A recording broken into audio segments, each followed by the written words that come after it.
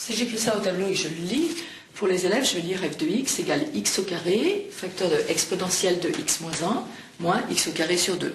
Un élève qui voit le sujet, il repère tout de suite que la fonction exponentielle s'applique à x moins 1 et que seul x au carré est divisé par 2.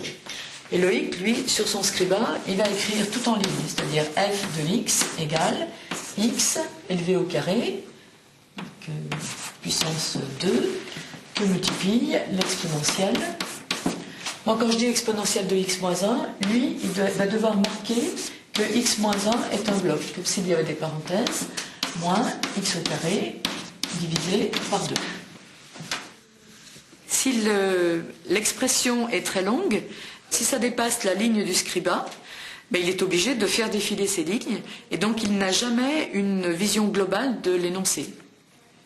C'est pour ça que pour les devoirs, pour les sujets de devoirs, je préférais les transcriptions en braille sur papier. Ça donne une vision beaucoup plus globale.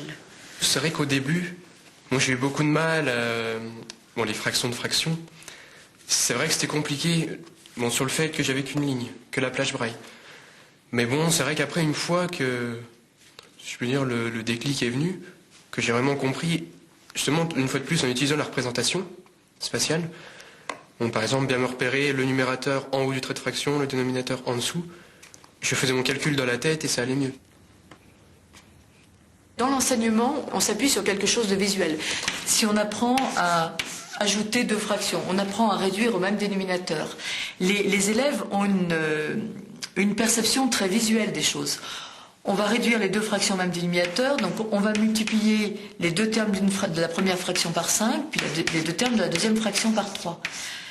Et les élèves, en fait, mémorisent une façon de placer les objets.